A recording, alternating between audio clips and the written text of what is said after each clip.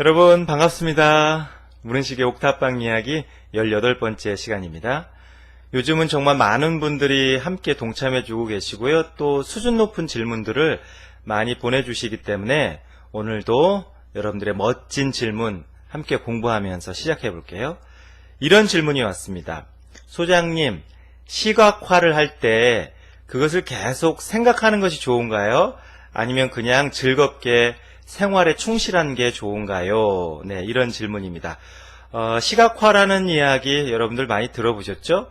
우리가 어떤 소망이나 아니면 자기의 꿈을 이루려고 할 때 그것이 이미 이루어졌다고 늘 생각하는 것, 마치 눈앞에 펼쳐진 것처럼 생생하게 상상하는 것, 이것을 이제 시각화라고 하기도 하고요. 또는 심상화, 네, 이런 용어를 쓰기도 합니다. 창조의 마술, 끌어당김의 법칙의 그 중요한 방법론으로 굉장히 활용을 많은 분들이 하고 있는, 또 권하고 있는 그런 내용이죠.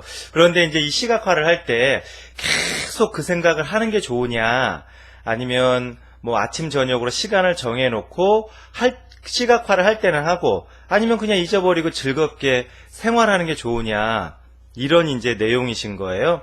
굉장히 중요하고 여러분들이 꼭 아셔야 하는 그런 내용을 이렇게 질문해 주셔서 참 좋은 내용이다, 좋은 소재다, 우리가 꼭 공부해야 되는 그러한 내용이기 때문에 여러분들에게 좀 말씀을 드리면요, 이게 이제 사항에 따라서 달라집니다. 예를 들면은 장미꽃 한 송이를 창조의 마술을 걸어서 끌어당기는 거하고, 멋진 스포츠카를 내가 창조의 마술로 이렇게 끌어당기는 거하고는 원리는 같지만 에너지의 양이 다르다, 그 말이에요.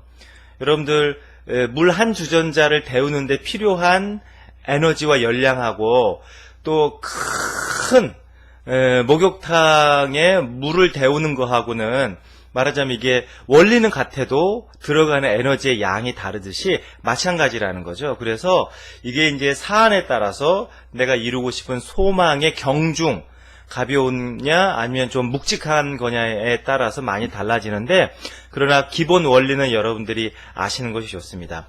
특히 초보자인 경우 창조의 마술에 대해서 이제 한번 시작해 봐야 되겠다, 그리고 시작하신 지 얼마 안 되신 경우에는 짧게 여러 번 하는 것이 훨씬 효과적입니다.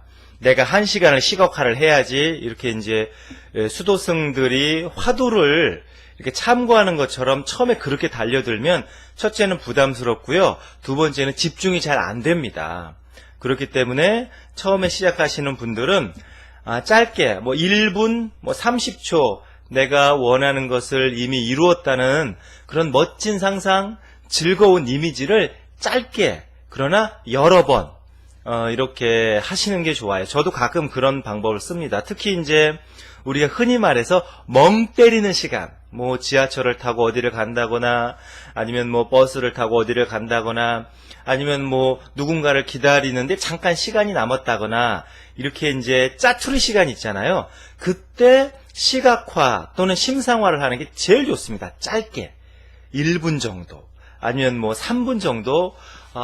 내가 그 소망을 이루었을 때 내 삶은 얼마나 멋지게 달라졌는지, 내가 얼마나 행복해야 하는지, 얼마나 그게 즐거운 일인지, 그렇게 구체적으로 여러 번 나누어서 하는 게 훨씬 좋습니다. 그래서 여러분, 기도도요, 무슨 1박 2일 금식 기도라든지 아니면 3000배 정진, 이런 것도 물론 한 번씩 해야 되지만, 그거보다는 짧게 여러 번, 하루에도 한 서너 번, 4-5번 짧게 하고, 그렇게 이제 기도도 아니면 심상화, 시각화를 하는 게 훨씬 효과적이라는 겁니다. 그래야 여러분들 잠재의식 속에 이게 부담 없이, 마음에 부담을 가지면 부담이라는 것 자체가 잠재의식에서 거부하는 거거든요. 그래서 그런 부담감이나 저항이라고 주로 표현하는데요, 그런 저항 없이 나의 잠재의식 속에 나의 소망과 나의 꿈과 나의 소원이 잘 스며들게 하려면 그렇게 하루에 짧게 여러 번 해라. 그것을 한 달 정도 하는 게 좋습니다. 그렇게 한 달 정도 하게 되면 자연스럽게 이제 잠재의식에 스며들어서 그게 이제 창조의 마술을 정확히 건 거죠. 그 다음은 이제 우주에 맡겨야 됩니다. 우주에 맡길 때는 그때부터는 이제 아침에 한 번, 저녁에 한 번 이렇게 시간을 정해놓고 시각화를 하고 그 다음부터는 잊어버리는 거예요. 잊어버린다는 표현보다는 우주에 온전하게 맡기는 거죠. 그러면 우주가 알아서 가장 정확한 타이밍에, 여러분 우주의 타이밍은 항상 완벽하거든요. 그래서 내가 가지고 있는 시간 계획보다 우주가 생각하는, 우주가 계획하는 시간 계획이 훨씬 더 정확합니다. 그래서 타이밍은 항상 완벽해 라고 생각하면서 우주에 그냥 맡겨버리는 거예요. 우주에 그렇게 내어 맡기면, 내 마음을 그렇게 내려놓고 나는 그냥 내 생활에 충실하면 정말 완벽한 타이밍에 기적적으로 내가 원했던 것들이 짜자잔 하고 나타납니다. 이게 이제 요령이라는 거죠. 다시 한번 정리해서 말씀드리면, 시각화 또는 심상화는 처음에는 짧게 여러 번 해라 하는 거고요. 그 다음에 그게 한 달 정도 지나면 아침과 저녁 그렇게 이제 하루에 2번 정도만 구체적으로 내가 원하는 것을 상상해보고 그 다음은 잊어라, 내려놓으라, 그리고 우주에 완전히 맡겨라. 네, 이것을 길들이는데 또 이제 시간이 좀 필요한데요. 한 6개월 정도 이렇게 요령을 한번 이렇게 터득해 보시는 게 굉장히 중요해요. 이런 원칙을 안 것에서 끝나는 게 아니라 이것을 내 삶에 정확히 적용해 보면서 요령을 터득하는 게 굉장히 중요하거든요. 그래서 이런 원칙 하에서 여러분들이 한번 실습도 해보시고 또 이제 내가 이제 이럴 때는 이렇게 해야 되겠구나라고 내 나름대로의 노하우, 요령을 깨닫고 터득하는 게 굉장히 중요하다. 네, 이런 말씀을 전해드립니다. 자, 이제 호주로 한번 날아가 봐야죠. 호주로 한번 가봅시다. 제가 그렇게 생각을 해보니까요, 제 삶에 있어서 여러 가지 정말 기적이라고 말할 수밖에 없는 그런 축복과 선물들이 내게 왔었는데, 가장 이제 강렬했던 것은 이제 군대의 경험이었고, 그 다음으로 저에게 기적이었던 게 이제 호주로 어학연수를 가게 된, 그것이 이제 저에게는 정말 지금 생각해보면 어떻게 그런 일이 있었을까. 돈은 어떻게 마련이 됐으며, 또 어떻게 시드니를 가게 됐으며, 어떻게 그렇게 좋은 홈스테이 가정을 내가 찾게 되었으며, 이런 게 정말 각본 없는 드라마예요. 한편의 영화처럼 저에게는 다가왔었거든요. 그래서 지금도 생각해보면 참 그때가 경이롭고 신비하고 즐겁고 행복하고 그렇습니다. 그래서 이제 오늘은 이제 그 호주 에피소드 이제 2탄인데요. 처음에는 이제 호주에 딱 가니까 모든 게 신기한 거예요.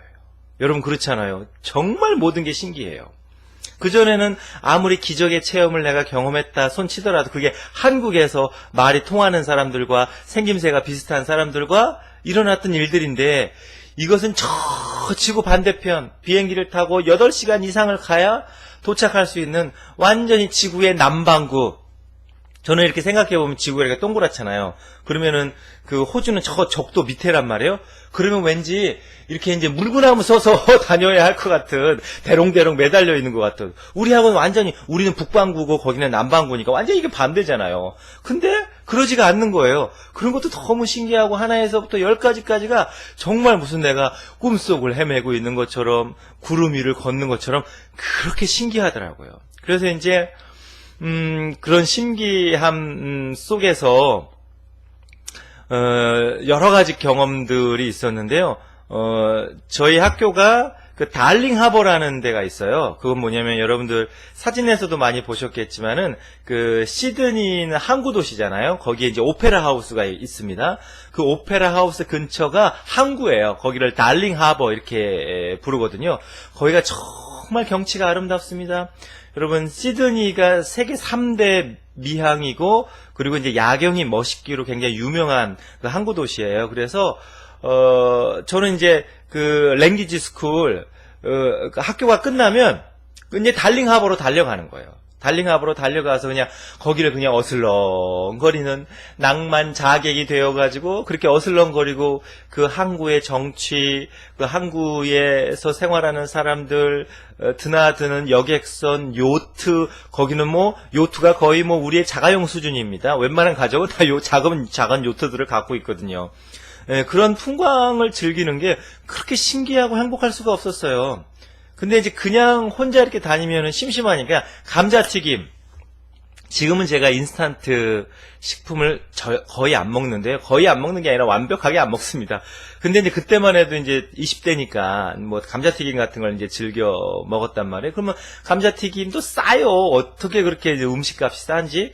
그것을 이제 한 봉지 사가지고 그것을 이제 먹으면서 이제 그 달링 하버 항구를 이제 구경을 하는 거죠. 그러다가 이제 벤치에 앉아갖고 이렇게 출렁이는 그렇게 이제 바다를 보면 또 이제 거기에서 낚시하고 있는 그 낚시꾼들, 어부들을 보면 그렇게 마음이 편안하고 즐거웠거든요. 그래서 이제 감자튀김을 이렇게 먹으면서, 야, 참 내가 어떻게 이렇게 호주에, 그것도 시드니에 와서 달링 하버에 앉아가지고 감자튀김을 먹을 수 있나? 이게 꿈인가? 생신가? 이게 달나라 얘기냐? 꿈나라 얘기냐? 그러면서 이제 그것을 즐기고 있단 말이에요.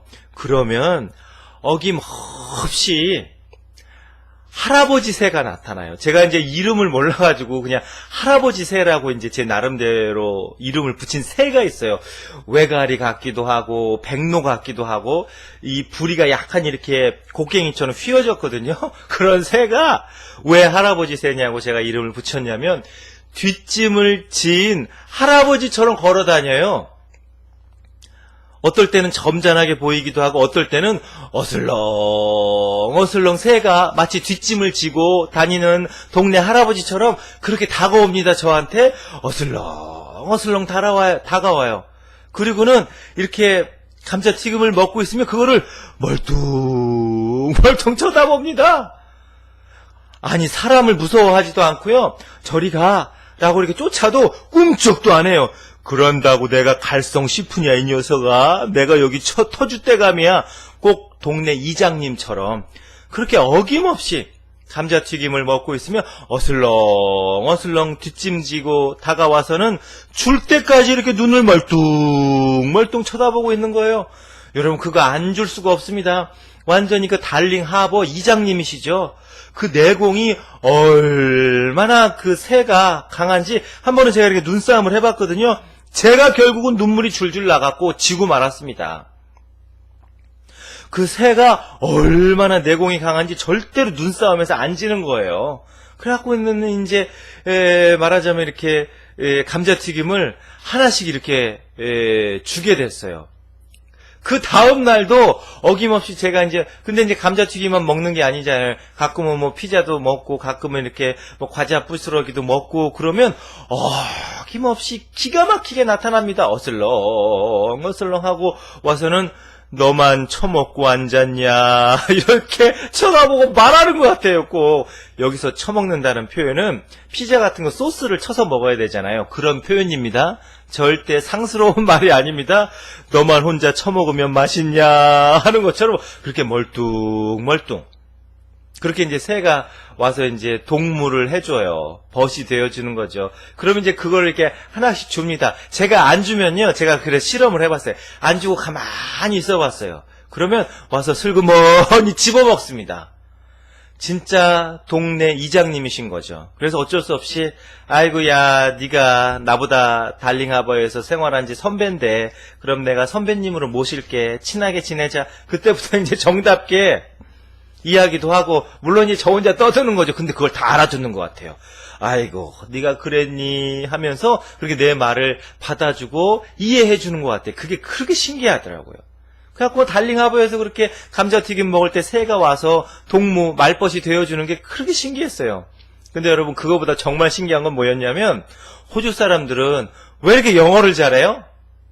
어린애도 그렇게 영어를 잘하는 거예요. 당연하죠. 모국어니까 잘할 수밖에 없죠. 그런데 그게 그렇게 신기하게 느껴지는 거예요.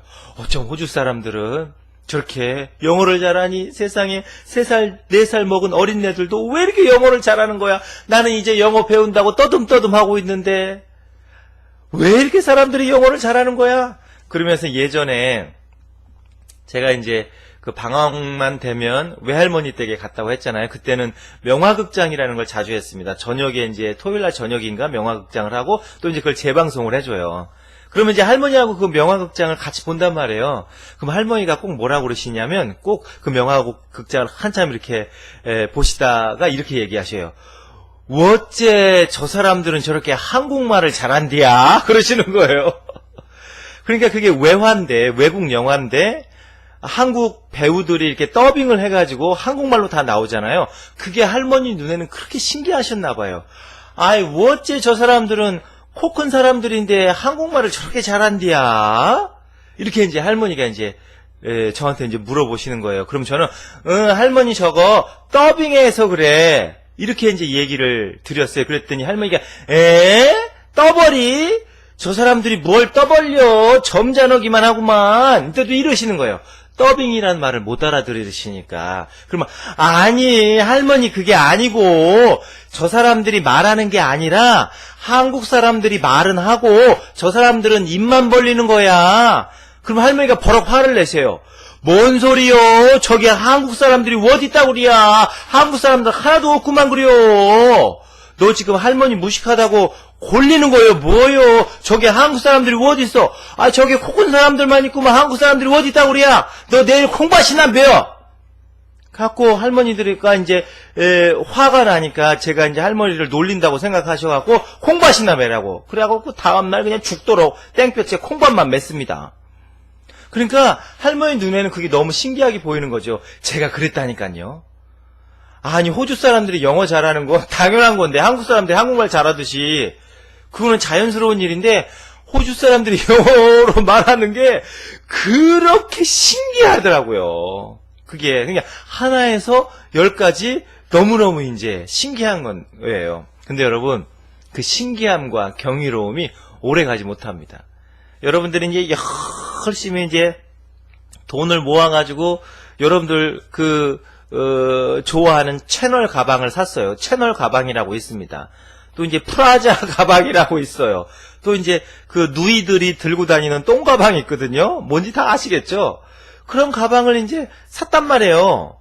돈을 이제 알뜰히 모아가지고 그러면 막 한 일주일은 세상을 다 얻은 것처럼 신나고 즐겁죠? 근데 이제 그게 며칠이나 갈까요? 한 달 가면 익숙해져갖고 그게 그거고 누이들이 들고 다니는 똥가방이나 비닐봉지나 뭐 그냥 비슷하게 느껴집니다. 프라자 가방이나 뭐 그냥 종이 가방이나 뭐 그게 그것처럼 무덤덤해지는 거죠. 제가 그랬어요.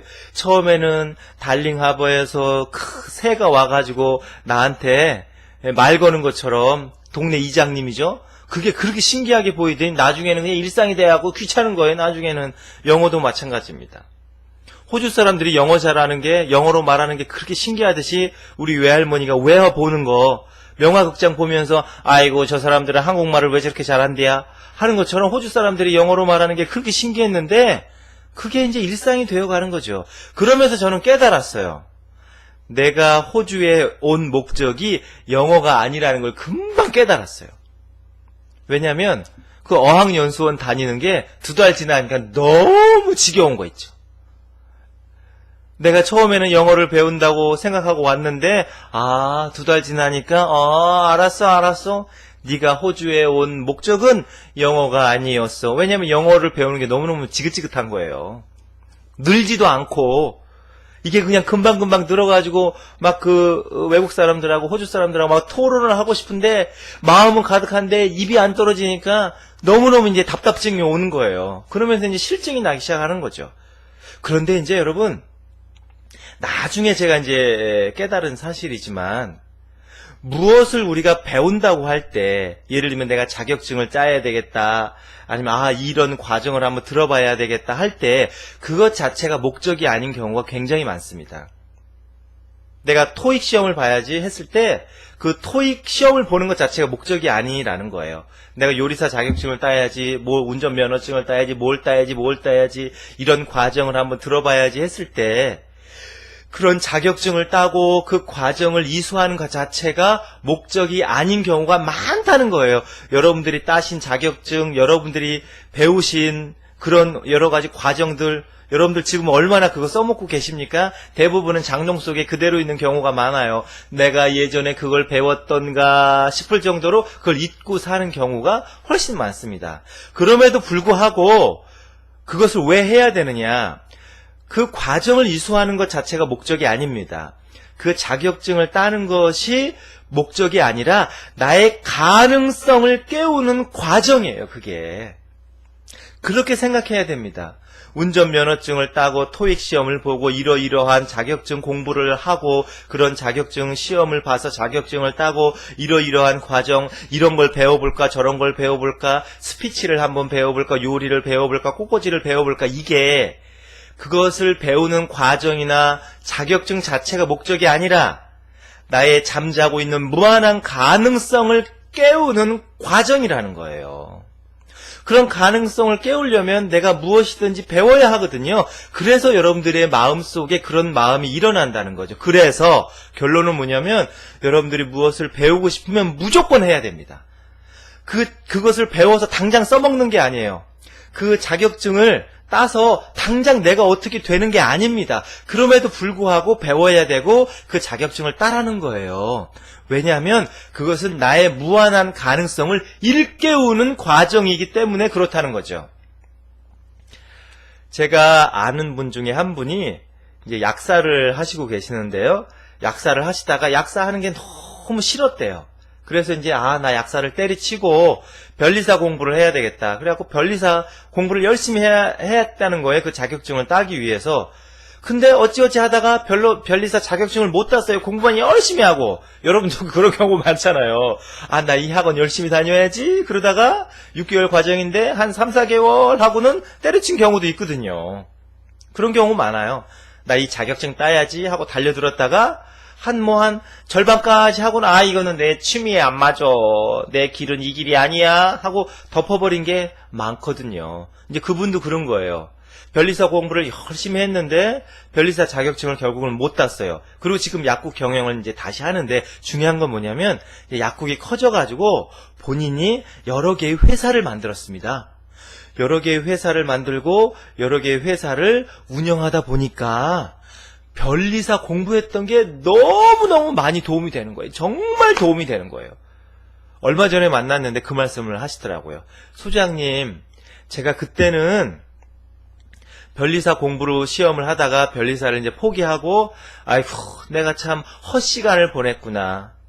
헛짓을 했구나. 결국은 변리사 시험도 통과하지 못했는데 다시 약사로 돌아가는데 내가 참 시간 낭비했다라고 생각했다는 거예요. 그런데 회사를 만들고 회사를 경영하다 보니까 그때 변리사 공부했던 게 정말 도움이 되더라. 그래서 그분이 하는 말이 소장님 무엇인가 배우고 익혀두면 언젠가는 도움이 됩니다. 맞아요, 맞아. 맞는 말씀이에요. 지금 당장 써먹지 않아도 내가 배우고 익혔던 것은 언젠가는 내 삶에 도움이 됩니다. 그래서 여러분들이 무엇인가를 배우고 싶거나 어떤 자격증을 따고 싶을 때 그것을 당장 써먹으려는 생각을 내려놔야 돼요. 그렇게 안 되는 경우가 되게 많거든요. 그래서 그렇게 배우고 싶거나 자격증을 따고 싶을 때 내가 이걸 당장 써먹고 이것을 통해서 내가 돈을 벌고 그런 생각을 좀 내려놔야 한다.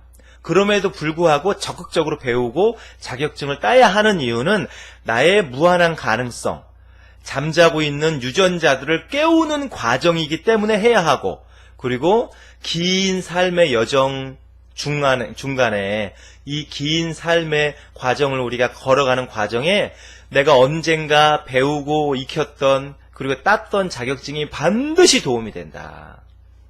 여러분 그 생각을 하셔야 됩니다. 영어도 마찬가지였어요. 제가 그때는 내가 호주에 온 목적이 영어가 아니었구나 라고 이제 2달 만에 깨달았지만 지금 내가 그때 9개월 동안 어학연수 과정을 가졌던 것이 정말 도움이 됩니다. 첫째는 나의 무한한 가능성, 잠자고 있던 유전자가 깨어났고, 두 번째는 지금 제 공부하는 데 정말 많은 도움을 주거든요, 영어가. 그리고 제 꿈은 뭐냐면 영어로 강의하는 거예요. 영어 방송을 제 스스로 진행하는 겁니다. 언젠가는 반드시 이루어질 거예요. 그래서 여러분 그렇게 생각하시라는 거예요. 그러면 무엇인가를 우리가 도전하기도 훨씬 용기가 나고 희망이 생깁니다. 마음의 여유가 생겨요. 그래서 그 말씀을 이제 꼭 드리고 싶고요. 두 번째는 제가 이제 그 달링 하버를 이렇게 쭉 거닐다 보면 거리에 예술가들이 거기 많이 있습니다. 달링 하버는 그게 유명하거든요. 너무 아름다운 경치도 굉장히 이제 관광지로서 유명하지만 그 달링 하버 그 항구에 수십 명의 거리 예술가들이 아침부터 저녁까지 각양각색의 다양한 공연을 펼칩니다.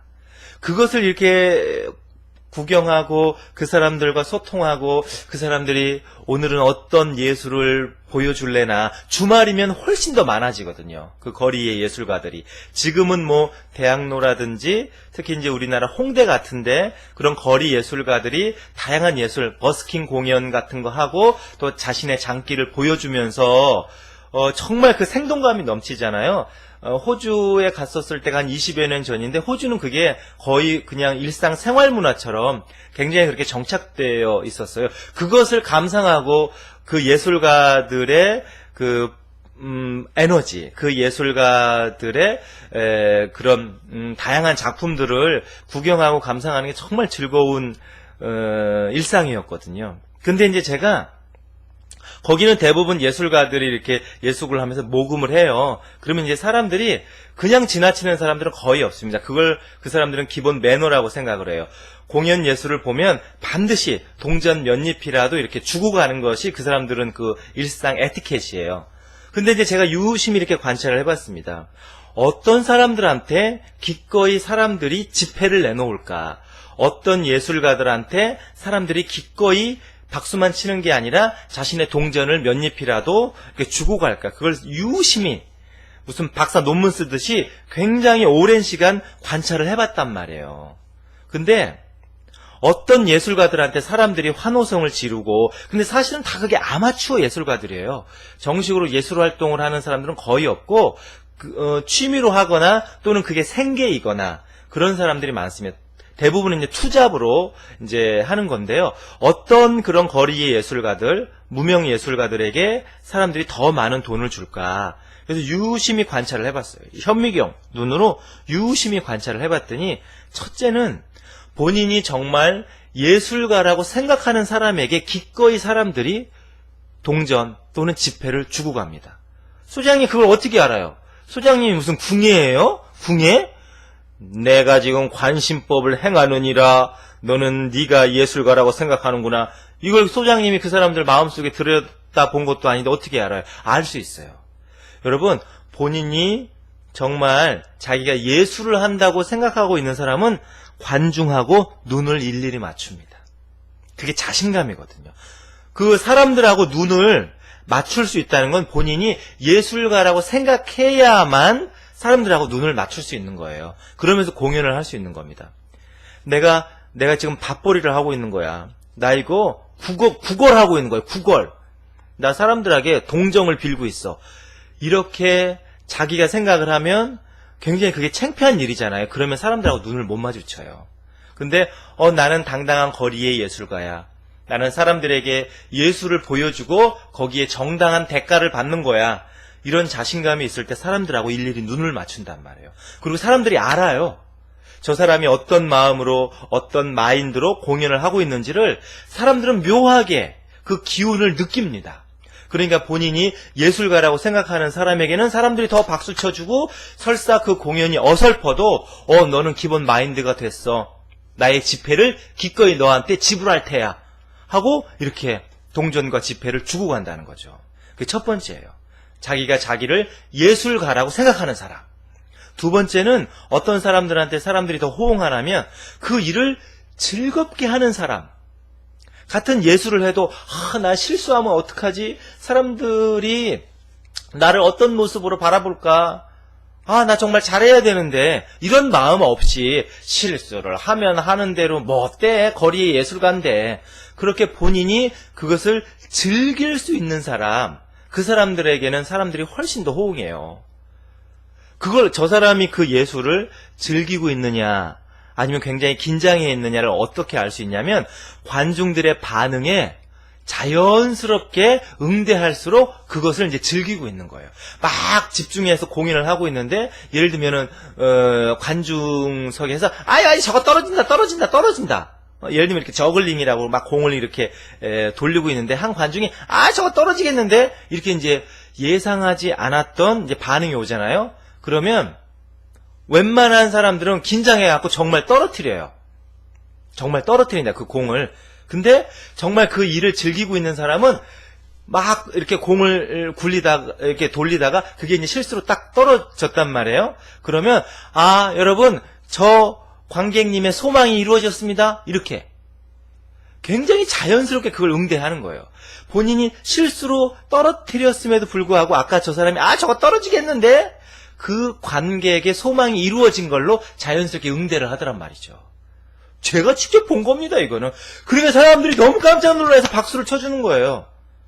그러니까 야, 이 사람은 정말 프로구나. 실수마저도 관객의 소망이 이루어진 거라고 이렇게 자연스럽게 되받아칠 수 있는 유머와 여유와 위트, 이 사람은 정말 프로다. 이렇게 생각을 하는 거죠. 그리고 세 번째는 뭔가를 나눠주는 사람한테 사람들은 더 무엇인가를 기꺼이 줍니다. 제가 이제 그 좋아하는 그 달링하버의 거리 예술가 중에 자유의 여신상이 있었어요. 그 남자분이에요. 근데 자유의 여신상 복장을 하고 얼굴도 이제 그 은색 칠을 하고는 하루 종일 이렇게 서 있는 거예요. 근데 이제 자유의 여신상이 한쪽에는 그 독립선언문을 이렇게 들고 있거든요. 그분도 마찬가지예요.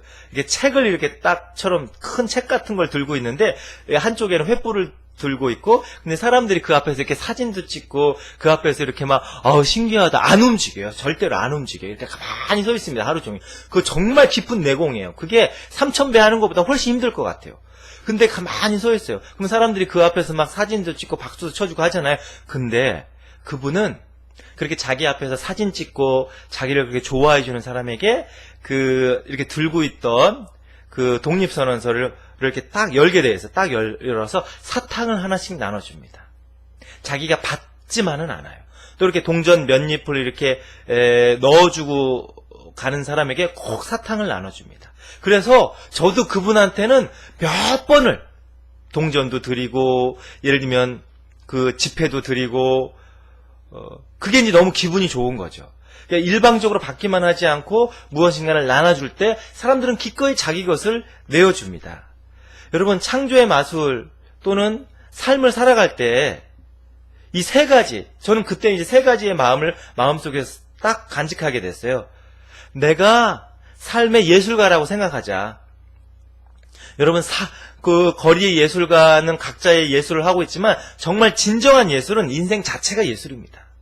여러분들은 삶의 예술가라고 생각하세요? 저는 그때 이후로 그렇게 생각하기 시작했어요. 나는 내 인생의 예술가야. 나는 삶의 예술가야. 그렇게 생각하면서 하루하루 사는 거죠. 두 번째는 내 일을 최대한 즐겁게 즐기면서 하는 그런 사람이 되자. 그리고 세 번째는 뭐냐면 내가 누군가에게 늘 무엇인가를 받기만 하는 사람이 아니라 기꺼이 나눠주는 사람이 될 테야.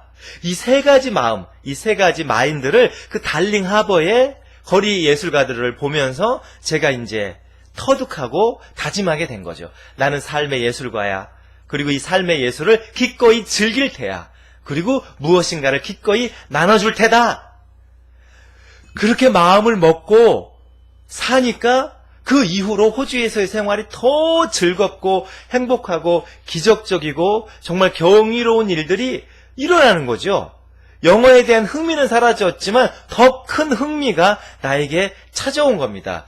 여러분들도 한번 그렇게 생각해 보세요. 나는 삶의 예술가다. 이 예술을 기꺼이 즐길 테다. 그리고 누군가에게 무엇인가를 나눠주며 살 테다. 그러면 삶 자체가 경이로운 오페라처럼 즐거운 뮤지컬처럼 생생약동하는 작품이 됩니다. 여러분들은 그 작품의 감독이자 주인공인 거예요. 오늘은 여기까지입니다, 여러분. 여러분들의 삶은 행복하고 그리고 성공합니다.